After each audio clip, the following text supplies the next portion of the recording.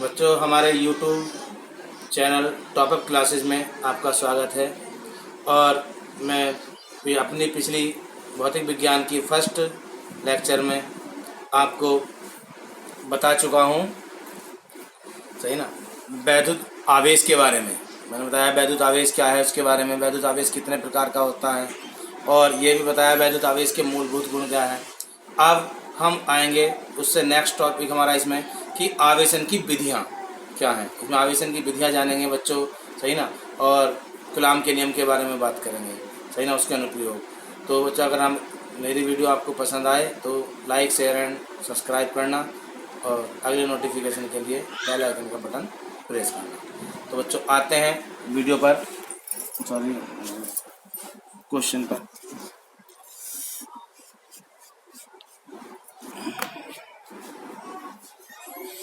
बच्चों, आवेशन की विधियाँ। बच्चों, आवेशन की जो विधियाँ हैं, आवेशन की किसी चालक को आवेशन करने की 3 विधियाँ हैं। वो 3 विधियाँ कौन कौन सी हैं बच्चों? तो एक तो है हमारी चालन विधि, दूसरी है प्रेरण विधि, तीसरी है हमारी घर्षण विधि। तो बच्चों याद रखना, आवेशन की 3 विधियाँ हैं। आवेशन की 3 विधियाँ कौन कौन सी हैं? नंबर 1 चालन विधि, नंबर 2 प्रेरण विधि, और नंबर 3 घर्षण विधि। अब बच्चों हम चालन विधि की बात करते हैं। तो चालन विधि, पहली ये जो चालन विधि है ये है क्या, ये जानेंगे बच्चों। जो हमारी चालन विधि है,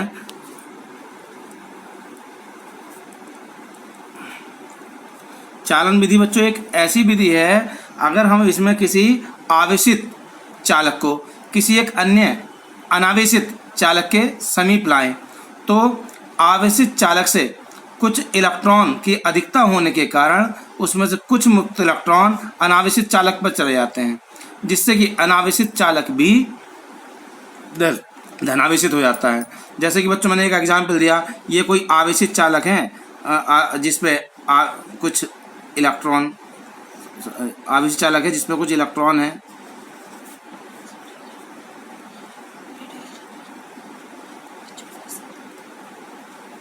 और ये कोई अनावेशित है। बच्चों जैसे ही मैं इसे इसके संपर्क में इसे लाऊंगा, पास ले आऊँगा या किसी चालक तार से जोड़ दूंगा, तो क्या होगा, इससे मुक्त इलेक्ट्रॉन उस पर उधर चले जाएंगे, तो इसमें इलेक्ट्रॉन की अधिकता हो जाएगी। तो इलेक्ट्रॉन की अधिकता होने के कारण ये भी क्या हो जाएगा, एक ऋणावेश हो जाएगा। यानी जिस प्रकृति का आवेश इस गोले पर होगा, उसी प्रकृति का आवेश उस पर उपस्थित हो जाएगा। तो बच्चों जैसे कि मैं ये डेफिनेशन है, डेफिनेशन में क्या है मैंने लिख रखी है, तो आप नोटिस कर लेंगे अपने नोटिस में। यदि किसी चालक को किसी अन्य आवेश रहित चालक से स्पर्श कराएं, तो आवेश रहित चालक पर भी उसी प्रकृति का आवेश उत्पन्न हो जाता है। आवेशन की यह विधि चालन विधि कहलाती है। बच्चों जैसे कि मैंने एक उदाहरण भी दिया है, उदाहरण में आप नोट कर लेंगे। अभी मैंने कुछ से पहले, थोड़ी देर पहले बताया भी है। ये क्या है कि जब किसी ऋणावेशित वस्तु को जिस पर इलेक्ट्रॉन दाब अधिक होता है, इलेक्ट्रॉन दाब अधिक का मतलब होता है इलेक्ट्रॉनों की संख्या अधिक होती है। मान लो कोई ऐसी वस्तु है जिसपे इलेक्ट्रॉनों की संख्या अधिक है, उसे किसी आवेश रहित, आवेश रहित का मतलब होता है जिस पर कोई आवेश नहीं है, आवेश रहित वस्तु के से स्पर्श कराते हैं, तो अधिक इलेक्ट्रॉन दाब के कारण कुछ मुक्त इलेक्ट्रॉन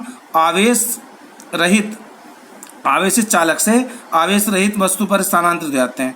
बच्चों दो धातु है, एक पे इलेक्ट्रॉनों की अधिकता है और एक पे इलेक्ट्रॉन है ही नहीं, तो जिस पे इलेक्ट्रॉन की अधिकता होगी उससे कुछ इलेक्ट्रॉन जो है, इलेक्ट्रॉन की अधिकता होने के कारण उस पे चले जाएंगे जिस पर जो आवेश रहित है। और ये जब तक जाते रहते हैं कि जब तक कि दोनों का इलेक्ट्रॉन दाब समान न हो जाए। तब इस प्रकार इलेक्ट्रॉनों की अधिकता के कारण आवेश रहित चालक पर भी ऋणावेश उत्पन्न हो जाता है। इसी प्रकार धनावेशित वस्तु को आवेश रहित वस्तु से स्पर्श कराने पर इलेक्ट्रॉनों की कमी के कारण उस पर धनावेशित हो जाता है। अगर बच्चों हम ऋणावेशित वस्तु को किसी आवेश रहित चालक से स्पर्श कराएंगे, तो आवेश रहित चालक पर भी ऋणावेश उत्पन्न हो जाएगा। और यदि किसी धनावेशित वस्तु को किसी आवेश रहित वस्तु से स्पर्श में लाएंगे, तो उस पर भी धनावेशित उत्पन्न हो जाएगा। तो तब हम चालन विधि क्या है बच्चों? चालन विधि एक ऐसी विधि है, यदि हम किसी आवेशित चालक को किसी अनावेशित चालक के संपर्क में लाएं, तो उस पर भी उसी प्रकृति का आवेश उत्पन्न हो जाता है, तब यह विधि हमारी चालन विधि कहलाती है। तो बच्चों हमने पहली विधि चालन विधि पढ़ ली। अब नेक्स्ट विधि पढ़ेंगे प्रेरण विधि। तो बच्चों प्रेरण विधि क्या है? बच्चों ये प्रेरण विधि है, तो प्रेरण विधि बच्चों, प्रेरण विधि में हमने क्या है, प्रेरण विधि यह है कि जब किसी आवेशित वस्तु को किसी अनावेशित वस्तु के निकट रखने पर अनावेशित वस्तु के निकटतम पृष्ठ पर विपरीत प्रकृति का आवेश उत्पन्न हो जाता है। तो इस आवेशन प्रक्रिया को आवेशन की प्रेरण विधि कहते हैं। तो ये नोट करना बच्चों, पिछली वाली में मैंने क्या बताया है चालन विधि में, उसमें यह था कि जब हम किसी आवेशित वस्तु को अनावेशित वस्तु के संपर्क में ला रहे थे उस पर, तो जैसी प्रकृति का आवेश था वो वैसे ही उत्पन्न हो रहा था। परंतु प्रेरण विधि में क्या है कि जब किसी आवेशित वस्तु को किसी अनावेशित वस्तु के निकट रखने पर अनावेशित वस्तु के निकटतम पृष्ठ पर विपरीत प्रकृति का आवेश उत्पन्न हो जाता है, तब इस विधि को कहते हैं। यानी अगर हम प्लस वाली छड़ लेकर के जाएंगे तो उसके पास में माइनस उत्पन्न हो जाएगा, और यदि माइनस वाली छड़ लेके जाएंगे तो प्लस उत्पन्न हो जाएगा। जैसे कि बच्चों हम इसे एक एग्जाम्पल से समझेंगे कि प्रेरण विधि क्या है, बहुत ही इंपॉर्टेंट विधि है। यानी अगर कोई धनावेशित छड़ लेके जाएंगे तो ऋणावेशित उत्पन्न होगा, यदि ऋणावेशित छड़ लेके जाएंगे तो धनावेशित। बच्चों जैसे धातु के दो गोले हैं, इन्हें हमने इस परस्पर स्पर्श करा रखा है। यह एग्जाम्पल है, धातु के दो गोले ए और बी है जो विद्युत रोधी स्टैंड पर कसे हुए हैं और एक दूसरे से स्पर्श हैं। और जब हम अब इसे इस वाली स्थिति में दिखाएंगे बच्चों, ये स्थिति बी दिखा रखी है मैंने, ये गोला ए है, ये गोला बी है। जैसे ही मैं इसके पास बच्चों कोई एक धनावेशित छड़ लेके गया, धनावेशित छड़,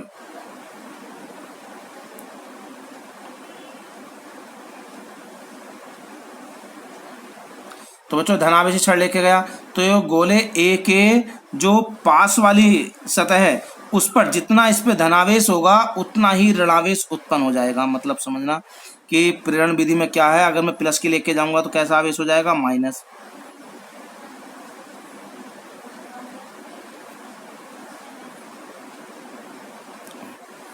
तो बच्चों जितना इस पे धनावेश होगा उतना ही इस पे निकटतम पास वाले पर गोले ए पर जो है ऋणावेश उत्पन्न हो जाएगा।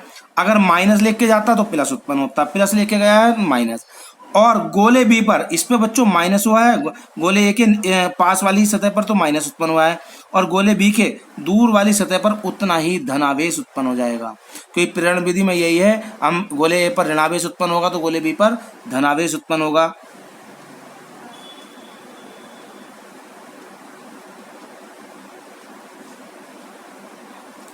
और बच्चों अब यदि मैं इस छड़ को हटा लूं, तो जैसे ये छड़ हटा लूंगा तो ये जो ऋणावेश है ये गोले ए पर पूर्ण रूप से फैल जाएगा, और ये जो धनावेश है गोले बी पर समान रूप से फैल जाएगा।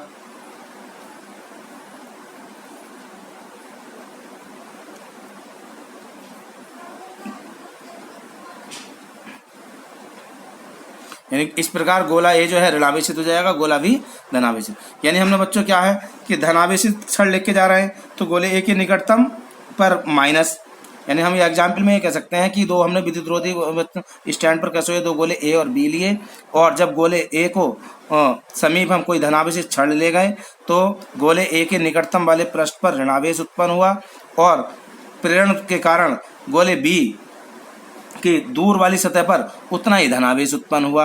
और जैसे ही हम इस छड़ को हटा देंगे तो ये जो ऋणावेश है जितना भी इस पे, तो इस पर समान रूप से फैल जाएगा, और इस पर गोले बी पर धनावेश समान रूप से फैल जाएगा। तो ये बच्चों हमारी है प्रेरण विधि। अब तीसरी विधि है बच्चों घर्षण विधि। तीसरी विधि है हमारी घर्षण विधि। तो घर्षण विधि क्या है बच्चों, घर्षण विधि है तो घर्षण विधि तो हम जानते हैं, घर्षण परस्पर संपर्क माने से होगा कि जब दो वस्तुओं को परस्पर रगड़ा जाता है तो उनके बीच इलेक्ट्रॉनों का स्थानांतरण द्वारा जो आवेश उत्पन्न हो जाता है, तब इस विधि को हम घर्षण विधि कहते हैं। जैसे कि हमने बच्चों शुरू में पढ़ा भी है, पिछली कक्षा में भी पढ़ा है इस चैप्टर की, जैसे हमने पढ़ा है कि कोई एवोनाइट की छड़ को बिल्ली की खाल से रगड़ देते हैं तो वो कौन सी विधि है, घर्षण विधि द्वारा आवेशन करना।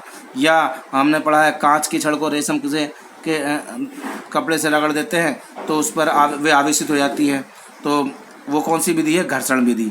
तो अभी घर्षण बच्चों हमने आवेशन की तीन विधियां पढ़ी। आवेशन की तीन विधियां हमने पढ़ी हैं, चालन विधि, प्रेरण विधि, घर्षण विधि। चालन विधि में हमने पढ़ा है कि यदि किसी आवेशित वस्तु को अनावेशित वस्तु के संपर्क में लाया जाए तो अनावेशित वस्तु पर भी उसी प्रकृति का आवेश उत्पन्न हो जाता है। और प्रेरण विधि में हमने पढ़ा है कि यदि हम कोई धनावेशी छड़ लेके जाएंगे तो प्रेरण द्वारा उतना ही दूसरे गोले पर ऋणावेश उत्पन्न हो जाएगा पास वाली सतह पर। घर्षण विधि में हमने पढ़ा जब दो वस्तुओं को परस्पर रगड़ा जाता है तो उनके बीच इलेक्ट्रॉनों का स्थानांतरण उत्पन्न होता है। अब बच्चों हम नेक्स्ट टॉपिक पढ़ेंगे जो बहुत ही इम्पोर्टेंट है, कूलाम का नियम। बच्चों हम पढ़ेंगे कूलाम का नियम। ये जो कूलाम का नियम क्या है बच्चों? कूलाम का स्थिर विद्युत बल का नियम है। ये कूलाम जो साइंटिस्ट है उसने दो बिंदु आवेशों को पास पास रखा और देखा कि उनके बीच में एक बल कार्य कर रहा है, तो उस बल के संबंध में एक नियम दिया। उस बल को ही कहा था उसने स्थिर वैद्युत बल, सही ना। तो अब इसमें क्या कहा था उसने बच्चों कि ये जो दो आवेश हैं Q1 Q2, ये दो आवेश हैं Q1 व Q2 और एक दूसरे से कितनी दूरी पर रखे हैं? r दूरी पर रखे हैं, सही ना। तब इसके संबंध में उसने नियम दिया था। तो कूलाम के नियम अनुसार क्या है बच्चों? कूलाम के नियम अनुसार दो स्थिर बिंदु आवेशों के बीच, ये जो आवेश हैं Q1 में, दो स्थिर बिंदु आवेशों के बीच लगने वाला वैद्युत बल, इनके बीच में बल लग रहा है, लगने वाला वैद्युत बल आवेशों की अलग अलग मात्राओं के गुणनफल के समानुपाती तथा उनके बीच की दूरी के वर्ग के व्युत्क्रमानुपाती होता है। अर्थात F proportional Q1 Q2 proportional बटे r²। बच्चों F proportional Q1 Q2 upon r²। इससे ये डेफिनेशन निकल रही है, या तो डेफिनेशन याद हो तो ये, या ये याद हो तो इससे। ये Q1 Q2 क्या है? दो आवेश हैं, इनकी गुणनफल के समानुपाती है और बीच की दूरी कितनी है? r के वर्ग के व्युत्क्रमानुपाती है। तो कूलाम ने क्या नियम दिया था? ये दिया था कूलाम के नियम अनुसार दो स्थिर बिंदु आवेशों के बीच लगने वाला वैद्युत बल उन दोनों आवेशों की मात्राओं के गुणनफल के समानुपाती तथा उनके बीच की दूरी के वर्ग के व्युत्क्रमानुपाती होता है। अर्थात F प्रोपोर्शनल क्या होता है? Q1 Q2 upon r²। अब बच्चों जैसे हम जानते हैं ये प्रोपोर्शनल हटेगा तो एक कांस्टेंट आएगा। वो कांस्टेंट क्या होगा? F बराबर, हमने मान लिया वो कांस्टेंट है K, Q1 Q2 upon r²। जहाँ बच्चों K एक नियतांक है,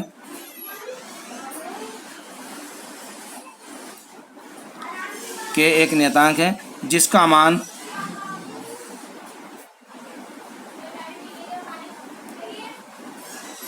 वायु में 9 × 10⁹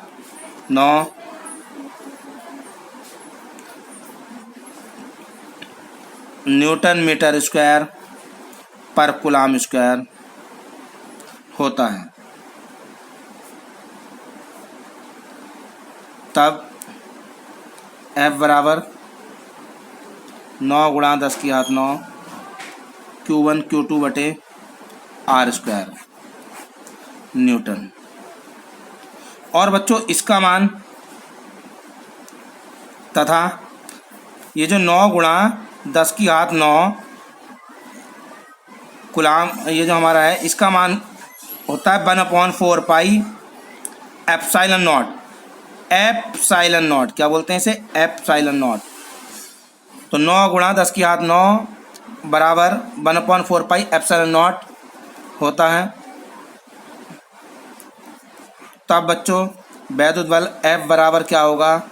9 × 10⁹ Q1 Q2 upon r² Newton. Sorry बच्चों, इसकी जगह क्या रख देंगे? 9 × 10⁹ की जगह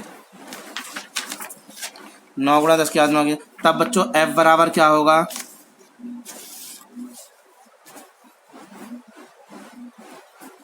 1/4 pi epsilon not Q1 Q2 upon r²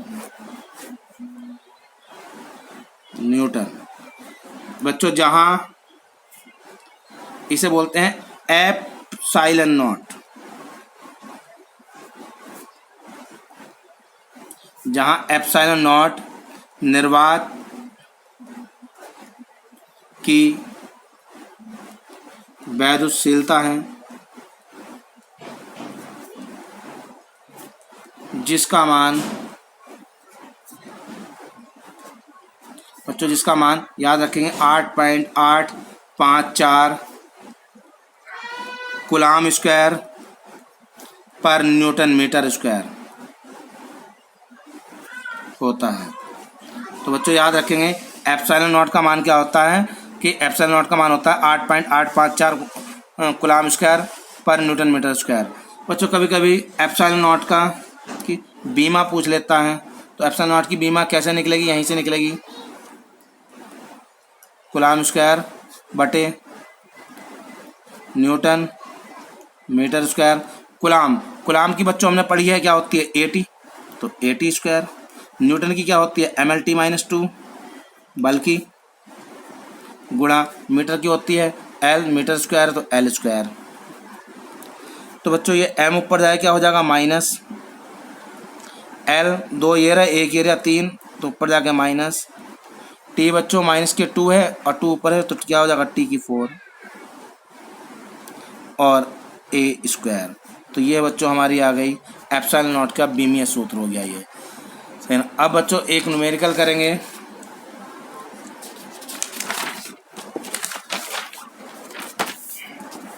coulomb के नियम पर बच्चों एक है 2 बिंदुवत आवेश +2 कूलाम तथा +6 कूलाम एक दूसरे से 4 सेमी की दूरी पर स्थित हैं, तब उनके बीच विद्युत बल की गणना कीजिए तथा वैद्युत बल की प्रकृति बतानी है। एक तो विद्युत बल की गणना करनी है और वैद्युत बल की प्रकृति ये बताना है कैसा है, आकर्षण होगा या प्रतिकर्षण होगा। तो बच्चों इसका सॉल्यूशन करेंगे। हमने मान लिया कि 2 आवेश हैं, हमने मान लिया एक आवेश है Q1 कितना है 2 कूलाम, तथा Q2 दूसरा आवेश मान लिया 6 कूलाम। ये भी बच्चों प्लस है, ये भी प्लस है, धनावेश है। इनके बीच की दूरी कितनी है R हमारी है 4 सेमी। और पता होना चाहिए बच्चों जब हम सेमी को मीटर में बदलते हैं तो 10⁻⁻2 हो जाता है, क्योंकि एक सेमी में 10⁻⁻2 मीटर होता है। अब वैद्युत बल में कूलाम का नियम का फार्मूला लगाएंगे। बच्चों वैद्युत बल का हमने फार्मूला पढ़ा 1/4 pi epsilon not Q1 Q2 बटे R स्क्वायर न्यूटन। और हम जानते हैं इसका मान कितना होता है 9 × 10⁹9 Q1 Q2 बटे R स्क्वायर, 9 × 10⁹9। बच्चों Q1 का मान कितना है, Q1 का मान है 2 कूलाम, Q2 का कितना है 6 कूलाम, और बटे दूरी कितनी है ये 4 × 10⁹9, 4 × 10⁻⁻2 इसका वर्ग है। बच्चों 9 2 छंग 12 × 10⁹9 अपॉन में 4 चौक 16 × 10⁻2 4 हो गई है। बच्चों 4 तिया 12 4 चौक 16, इसे गुणा करेंगे 9 तिया 27 अपॉन 4, ये 4 ऊपर जाएगा जुड़ जाएंगे तो 13। अब बच्चों हम इसे डिवाइड करेंगे 4 से, 4 छंग 24, 3 बज गया 4 7 28 न्यूटन, इतने न्यूटन का बल है। और चूंकि बच्चों ये भी धनावेश है ये भी धनावेश है, दोनों सजातीय आवेश हैं, तो हम जानते हैं प्लस प्लस क्या होगा सजातीय एक जैसे, तो सजातीय आवेशों में कैसा बल होता है बच्चों प्रतिकर्षण। तो ये कैसा बल है बच्चों प्रतिकर्षण, बल की प्रकृति पूछी थी इसलिए ये प्रतिकर्षण बल है। उसने पूछा था बल की प्रकृति बताइए, तो कैसा बल है प्रतिकर्षण बल। ठीक है बच्चों, अगर वीडियो पसंद आई हो तो शेयर लाइक एंड सब्सक्राइब करना। Thank you for watching my video.